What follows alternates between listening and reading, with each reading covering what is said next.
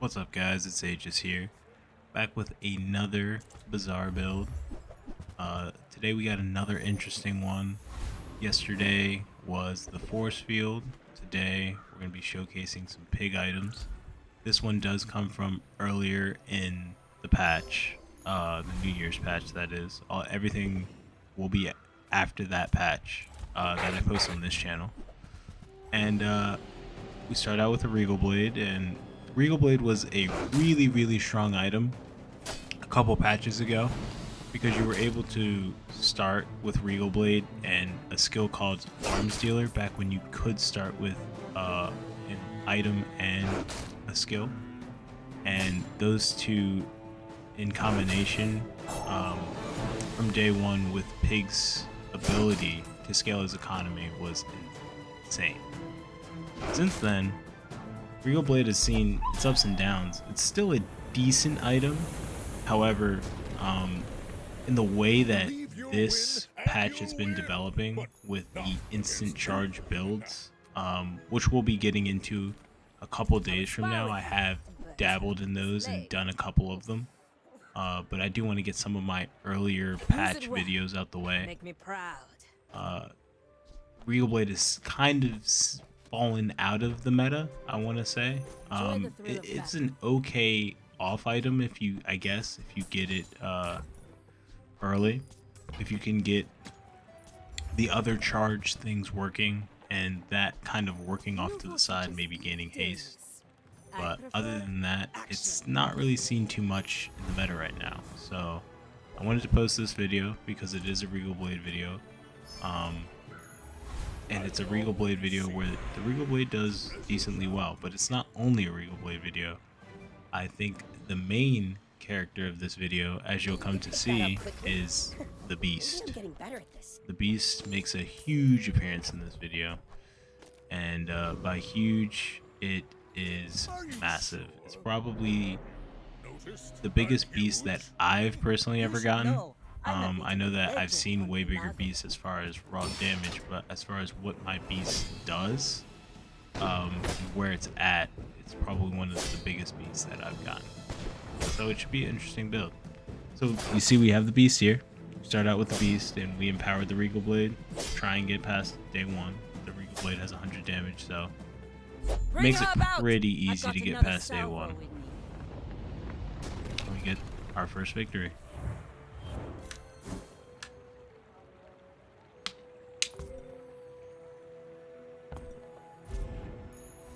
So from here, I'm mostly in scaling mode as far as just trying to scale the Regal Blade.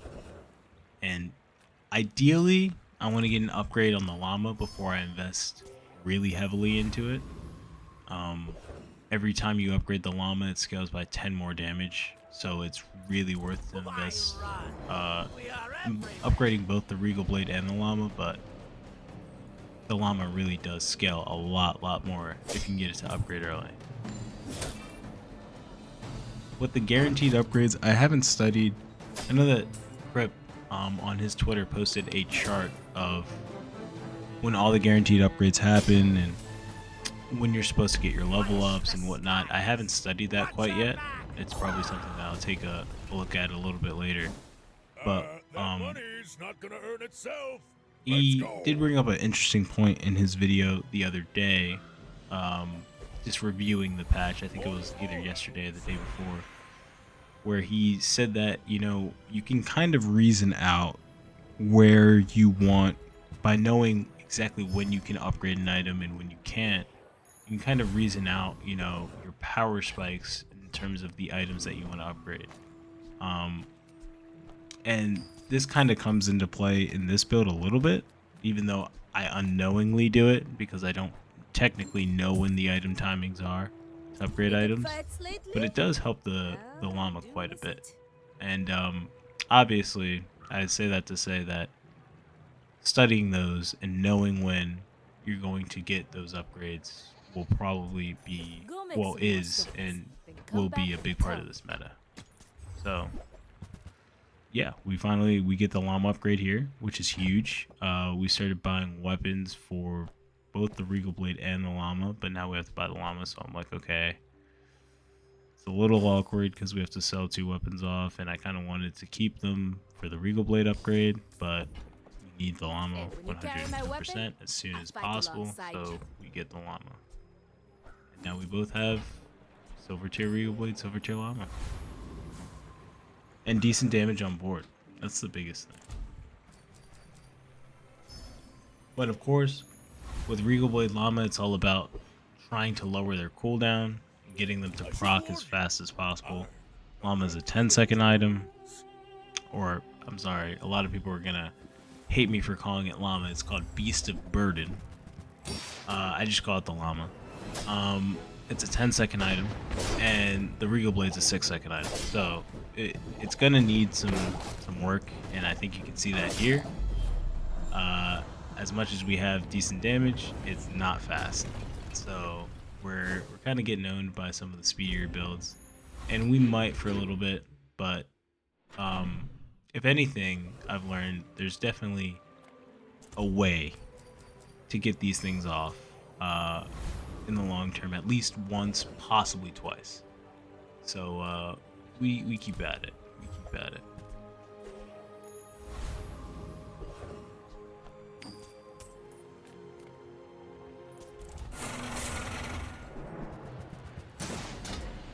So here I'm just trying to get XP.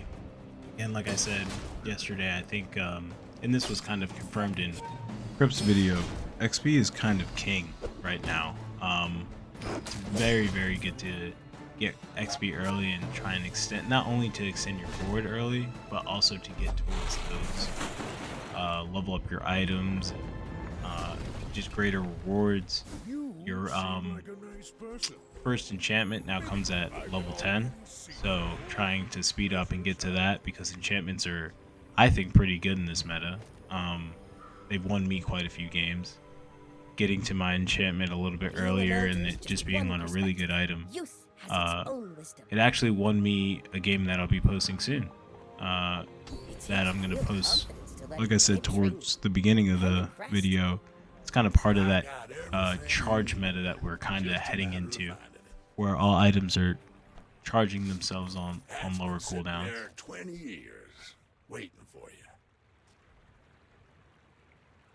So that'll be coming later.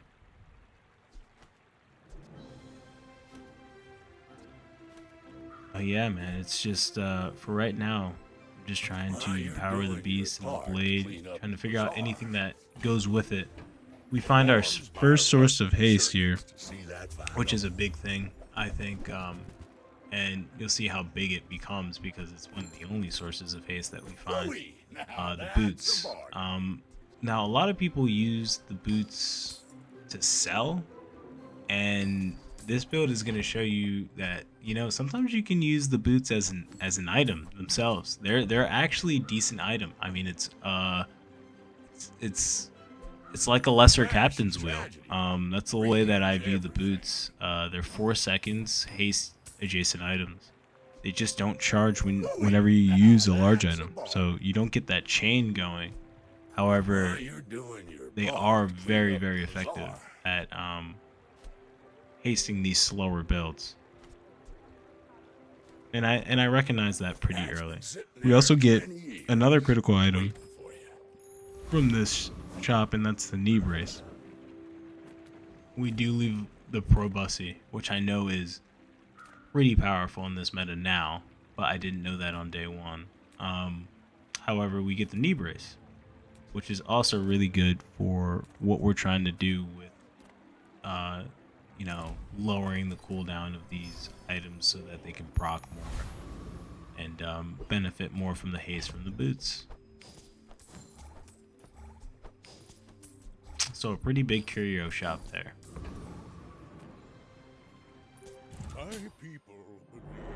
Barbers are us. Boring.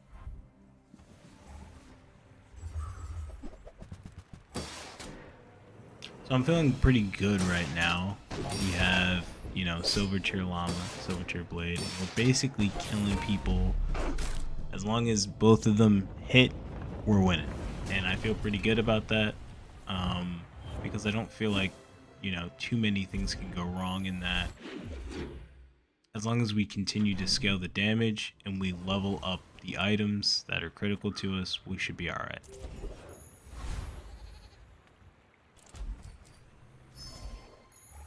More is more, I always say.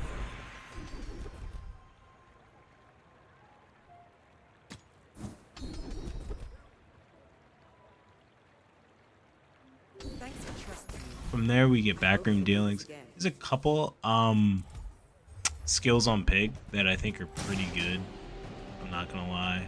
For health gain, even though, what is it? I said it earlier. Arms dealer isn't as potent. I do think that there's a couple items for Pig that are pretty good for him. Or a couple health gain skills, I guess I should say, that are pretty good for him, not items. Backroom dealings is one. I actually lost to a Pig that probably survived on mostly his backroom dealings health. So it is a very viable way to run the Pig. And here we find the natural upgrade to Llama, which is one of the best things that you can find. Now we're kind of more focused on Llama than Blade. We still want to sell weapons for Blade, get Blade as quickly Blade as big as possible, and you do see me do that. However, we are really focused on trying to get this Llama as big as possible, because this Llama becomes the win con, getting it gold by day 4.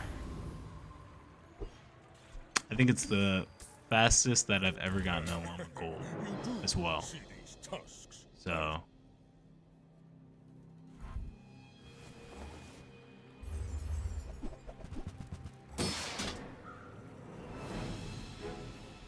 this guy was a little nervy, but I didn't feel like he had a high damage because it's so early on his big shim. So it's just another, the Llama's really biting now. It's just another 2-shot.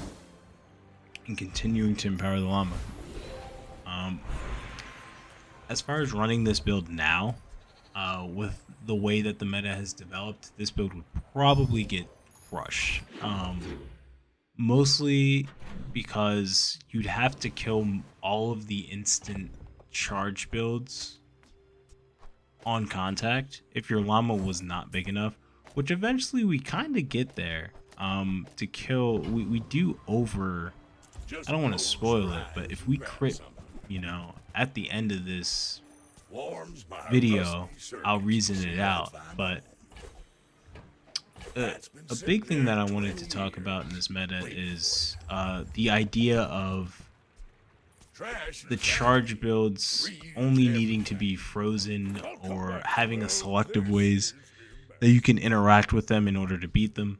I actually, not only do I believe, but I somewhat know that a lot of the instant charge builds, because of where they're at in the meta right now, are actually very easily beaten.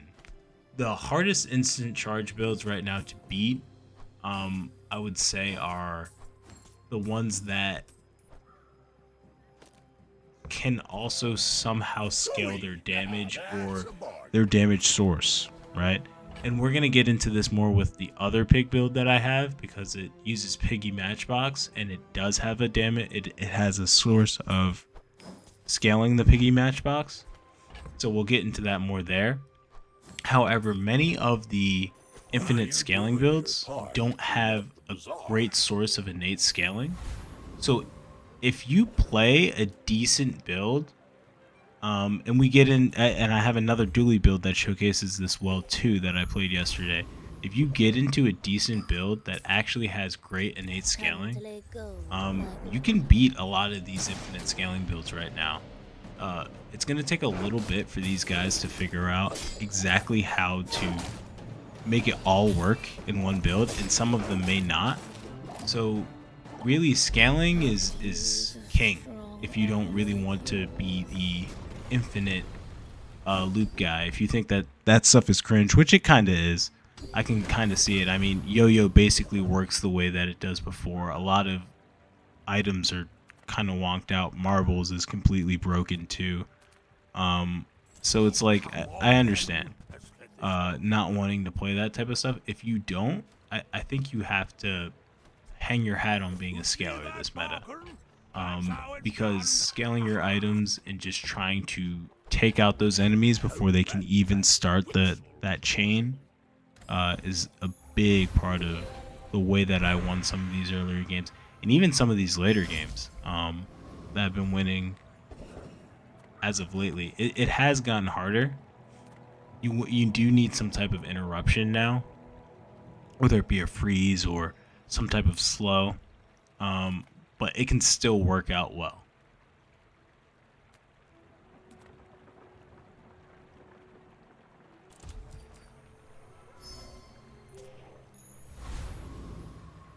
So I mean, I guess I'm talking a lot about the instant charge builds because they're on my mind, but I don't think we run into a lot of them because in this video, because it's day one. I mean, it's day one of the patch, not day one in the game, but day one of the patch. So people haven't really figured that stuff out yet. You got a couple people like this that like kinda, you know what I mean? Like he has the yo-yo, he has the marbles, but they're not really, you know what I mean? He also has Regal Blade and Vineyard. He hasn't, you know what I mean? They're not really that there yet with the bushel, the piggy matchbox, the yo-yo, the, you know, the marbles, all of it, the kit and caboodle all together. But yeah, on day one you kind of figure out the people that know how to build, and this is why I love playing day one and why I have so many videos from day one. I truly feel like on day one you figure out the people that know how to build versus the people that, you know, have to go online to find their builds. And whenever a meta develops, we kind of get into this area where, you know, the people that go online to find their builds get a little bit stronger because they have a couple builds that they have in mind, and there's not enough items to always, you know, avoid giving them what they hinge on. And I know that the game will eventually get better at this by adding items into the game, so it will always benefit people who truly learn how to build with as many items in the game as possible and don't try and follow builds. And that's why it's a big reason why I don't look at mobalytics a lot, because I feel like, you know, this game will reward people that have a great natural knowledge of the items and understand what everything does, and I kind of naturally went for that. I do look at mobalytics from time to time just to study and learn the items, and if I don't know something, you know, learn it. However, I try not to rely on it as a resource, and I think that that's really important if you want to be really, really good at this game. So here we find two great upgrades. B1, B2 is so much better now in the game. If you don't know, a big change that they made to B1, B2 is he always offers you upgrades based on what you have.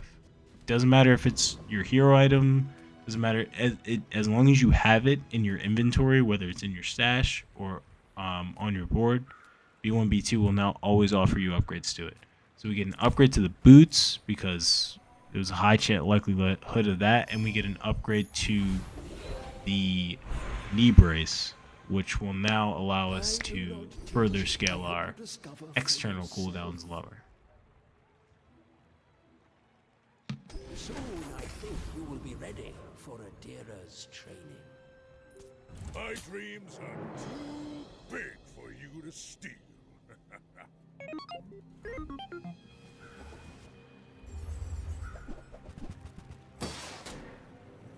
So yeah, I mean, from here I feel like we're pretty ahead of the pack. You can see we do more than his health and damage. As long as the llama goes off, the blade has to go off one more time because of the healing, and then it's just not enough damage, not enough health when the llama goes off again.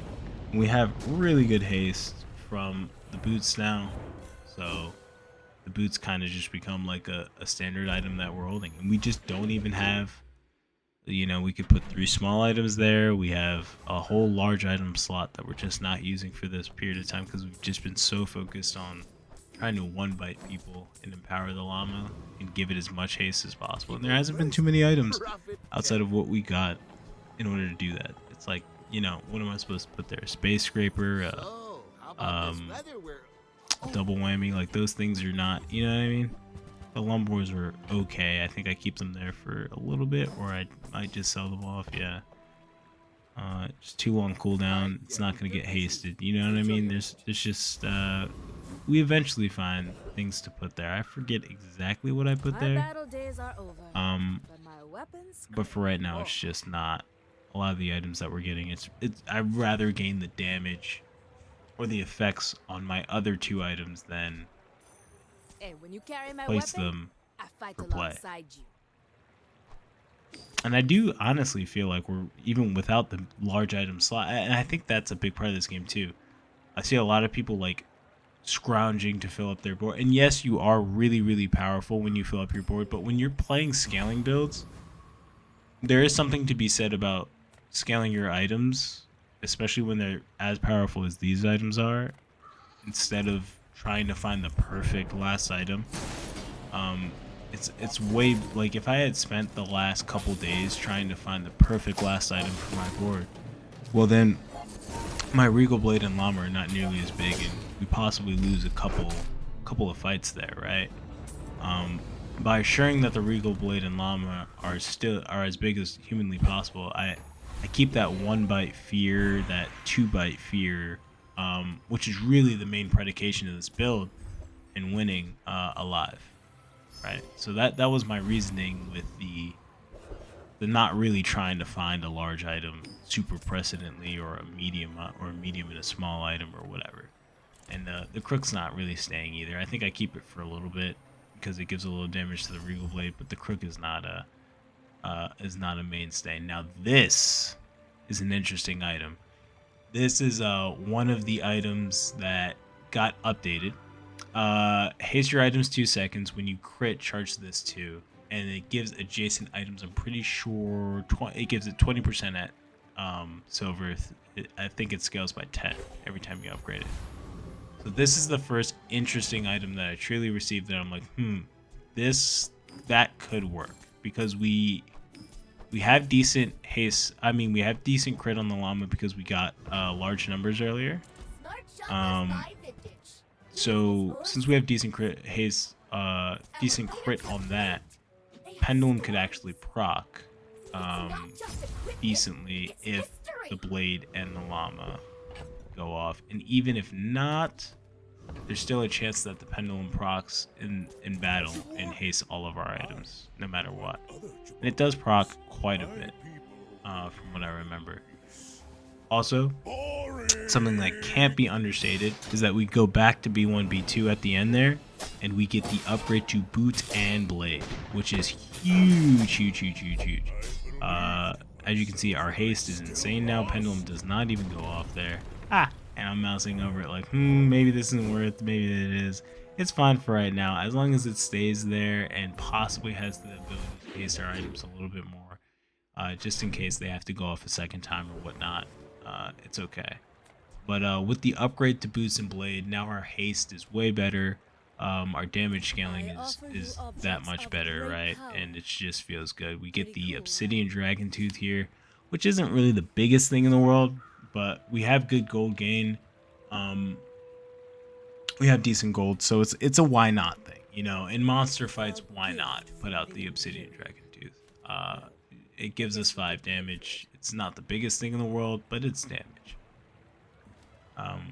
And I don't mind losing the 3 gold for it this late in the game.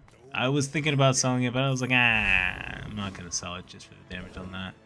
Even though, possibly over the course of the game, just getting the damage on that from those 2 items, because we have so little days left, could have been more worth it. And I was really thinking about, selling it off for that. But that was also the wrong play there. And we get farm real estate, and I'm not able to buy it, and I'm pissed. So we take Red Eye eventually. Sell off the knee brace, which is kind of weird. However, I do notice that we're fully hasted with this build. So with that being said, unless we went into like Bonk, Chrono Barrier, or Fort, which is definitely a high possibility. We're heading in the last days, and I definitely wouldn't do this now because those are the only items played now. It would be really bad. However, like I said, this is a patch day 1 game, so not a lot of people are like All sweaty Jabalians playing are Bonk. pacifists. You know what I mean? Chrono Barrier Fort like that. There were a couple, but in this video, we're lucky enough to not run into those guys. We also get another hasted effect, so we put it on the boots because our boots are diamond. And like I said, sometimes, hey, those are normally sold to give something haste, but we're just using them on 3.8 seconds. And we found a medium item like a captain's wheel or something like that, it would be better. However, we just don't. So the boots are good enough. Sometimes you don't need to, even though an item empowers another item, it may be good to keep it. We get the pig gem way too late to really make use of it, especially at silver tier. But just because an item like the boots empowers another item to give haste doesn't mean that they're not usable themselves. There's a lot of items like that. For example, there's a lot of small weapons in Curio Shop that last meta were really good. Oh, my voice. Were really good just to run with Vanessa when you had Treb out, especially if you had Treb early. Just some 4-second weapons that Curio sells that would just help you prep your Treb for the first couple rounds. And then you would transition into, you know, water wheel or captain's wheel or whatever you really wanted to transition to continue your haste chain. That was really good. And here I'm surprised because this damn thing, but she has temporal. She has temporal. So that's why this looks like this. And I'm like, why the hell did this thing do so much damage? It's not really about the damage. It's about the fact that she has temporal strikes in a single weapon build, which is clean. And she also had the Radiant Corsair's skill that revives her. The Fury Rebirth at low health. So that was gonna be a crazy fight either way. So we lose that one. Understandably, temporal strikes is crazy, and so is that skill. So it's cool. We finally saw off that pig sham. I was like, maybe we could use it, but then I'm like, it's silver, so we sell it off. About that, we bought the briefcase. We're just empowering weapons. It's empowering weapons. That's really what this entire build is. I mean, this is really a previous meta build. If you looked at this build and looked at this now, you'd be like, oh, this happened before, you know, before the New Year's patch and whatnot. But no, this did happen right after it. I just didn't get to play with Llama a lot for this. I think I played with it once or twice on Pig in the previous meta, so the chance that I know that it was available before at Silver at the start, which I thought was really strong, but now I think they removed large items from the start, so you can't get Llama anymore. So it's kind of harder to make one work. It was really strong last meta, but I didn't get to play with it a lot. So kind of wanted to just showcase that I can do it too, even if it's a little bit weaker. You can still get it over the line. It didn't need a lot in this meta. As far as like in this meta, you could probably still do it with the infinite charging guys. However, you're gonna need a lot, possibly even more than I get at the end here. Like, for example, I don't even know how good in this clip. I don't even know how good Piggy Matchbox is. I completely, you know, not even thinking about it. Even though it wouldn't go decent in this build, just not even really thinking about it. I buy that cooldown blade. Of course, it hurts a little bit because if we still had the knee brace, it would be way more effective. But we sold off the knee brace to get, I think it was right eye, which probably not the most worth, but it was kind of worth because I'm pretty sure I remember mousing over the llama in the next 2 days, and it has around 70 something crit, which definitely comes into play later. So the fact that they made a lot of the skills that were kind of mid because of the value that they gave you, just give you more feels a lot better. For example, Red Eye gives you 16 crit now. I think it was like 10 before. That extra 6 does make the skill feel way better. Way better. To pick up. And I don't mind. I think a lot of players don't mind it taking more gold, because gold was a resource that we had a lot of before. But see, that's where the crit comes into play, right? The fact that the llama has a fair amount of crit, we're just able to take that guy out in one 3,000 health. You know what I mean? Big 3,000 shot. So that's why, you know, we sack for as much crit as we can get on it. And yeah, we sacked the knee brace and we're not able to get exactly the cooldown that we want, but it's alright. You can't always, a lot of this game is definitely, you can't always have your cake and eat it too. You're gonna have to decide some pretty hard decisions between items, especially if your econ is not the best, which at times my econ isn't the best in this game. So in order to buy some of the better things, you have to make sacrifices. And that's just a sacrifice we made. But I feel like it worked out in the end. Weapons are loud and messy. Poison is elegant. So yeah, I was just perusing here. We get like one weapon for both plays. I'm not thinking about keeping the Tuscan Helm. Just a weapon that I can sell off. Eventually, I can sell off the Tuscan Helm and figure out what I want to do with that small spot. That is just something I haven't figured out. The pendulum's okay, I guess. And now we get form. Form is one of my favorite events for a couple reasons. Almost every option that form has, even the free option from what I remember, is good. It's actually like really good. Like I think the free option just adds 10 damage or like 20 damage to a weapon. That's the worst option. His best option, the 25 one, either I thought it was always shiny, but I actually found out the other day it can be obsidian as well, and I didn't read it, and I gave something obsidian, and I was like, I don't really know if I want this to have lifesteal. But it enchants. It gives your weapon a weapon enchant. So I'm not sure if it can be lifesteal. Or yeah, it can be lifesteal and it can be shiny. I don't know if it can be anything else. That's what I was trying to say. It can be lifesteal, it can be shiny. I don't know if it can be anything else. I don't think that there are any strictly weapon enchants in the game other than lifesteal and shiny. I'm not sure I think shiny. I'm not sure if shiny is strictly weapon. So it just may be the two that he offers.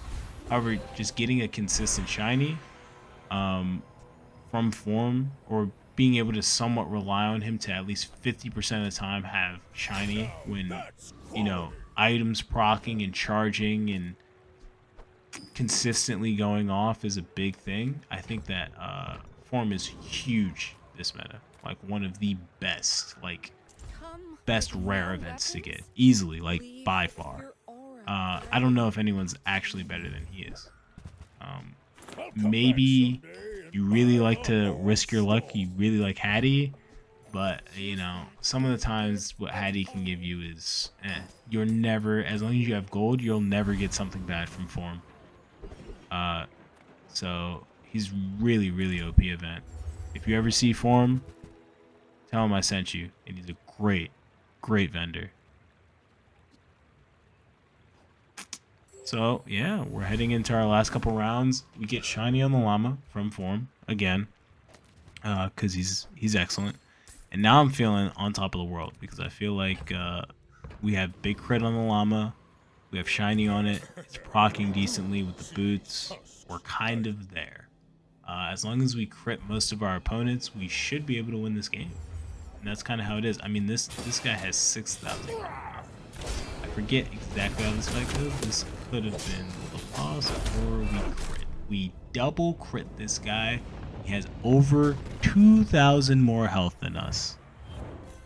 2,000 more health than us, and we double crit that guy. And I thought that I was going to lose that fight, definitely.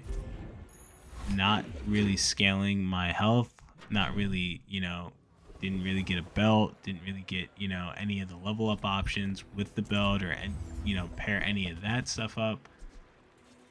We're just kind of going at it, you know, low health pig with a big llama, man.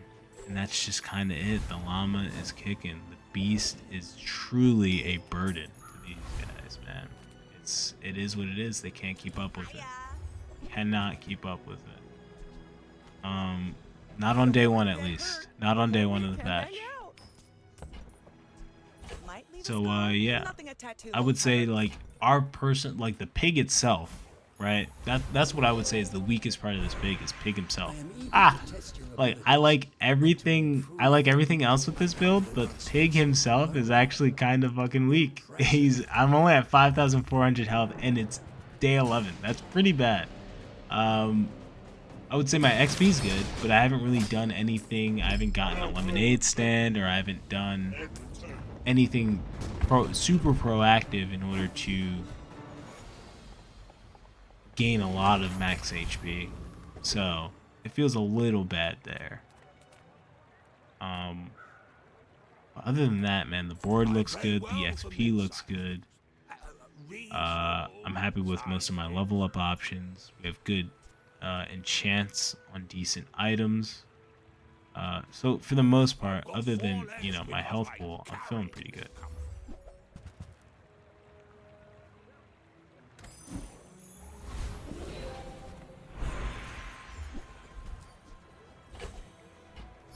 Yeah, it's just like powering the llama. I mean, the llama is going to the moon. 4,000, you know, eventually we'll get it up to 5k here. It'll just be critting 10k, which is insane, right? Crits, I'm pretty sure the llama right now, I'm not sure if I ever mouse over it, but it's I want to say around 77 crit here, or possibly higher. I remember mousing over it. The reason why I keep saying 77 is I remember mousing over it distinctively at one point, being like, holy shit, that has 77 crit. Not realizing how much crit I stacked on it. I do think that I just spot a mistake, right? Are we? Oh no, we're left eye. We're left eye. Okay, okay. I was gonna say if we're right eye, I think we're left eye. Ooh, that was a big crit. Minus 10k. Just couldn't even take the second bite. You know what I mean? Like we're there. Couldn't even take the second bite. But yeah, as long as we're left eye and left-handed, this is the right positioning. But I think we're left eye and right-handed. I'm not sure. I forget what skills I picked up. I think we are left eye though. As long as we're left eye and that's getting the benefit from that that buff, that passive, this is correct positioning, I think. But if it's not, then it's not the correct positioning. You definitely want all the crit on the llama as possible. We get the lemonade stand, which I'm like, do I pick it up? I can't remember if I'm like, it's really late, but yeah, I do, man. I do pick it up, and then I sell that off to just gain the health. Yeah, man. That's honestly the craziest thing that I did, I think. Like, dude, it's the last day. It's way too late for a lemonade stand, bro. That's crazy to me. Oh man, it's way too late for that little bro. But yeah, I pick it up just to be cute, I guess. I don't know, you know, just to show that I know the tech of gaining the health with it, but I didn't do it all game. So yeah, that's that. We get to upgrade an item. I think it's the pendulum, right? Yeah, just upgrade the penge. Even if it's not really doing anything, if we ever did get our items increased in cooldown, there's a chance that, you know, our llama crits or something like that, or our blade crits, and it charges the pendulum. Charge items are truly key in this meta. A lot of the things that they did with the instant items, making them, you know, charge basically their full cooldown at diamond, has not only like returned some of the older meta items like yo-yo to its previous glory, but it's made some like previous really weak contenders such as Piggy Matchbox to be absolutely insane. So it's a very interesting meta where a lot of the haste items or the charge now items are really good. We saw a lot of this day one where people were still trying to make like the Lions Cane Pig Edladdle Crook type thing work, and it's definitely like Edladdle is definitely not it. So with that being said, take out an Edladdle user, we get him down, and that is the beast. Huge crits, just big all around. We got 11k crit at the end there. Did 17k damage over the course of that fight to only his 4,000 and his 2,000 healing. I'm really happy with this build. We had decent skills, getting large weaponry, unwavering, big numbers, left eye. The freeze skill came in big from Medusa. Those are probably our biggest carrying skills over the course of the game. And yeah, there it is. The Shiny Llama getting the dub on day one with a little bit of Regal Blade help, a little bit of experimentation with the pendulum, and I guess a jewelry box for good measure. We level up to Diamond after this. And there we go. Thank you guys as always for watching. Please like and subscribe, especially if you stayed to the end here. Continue to be awesome. Thank you all. See you tomorrow.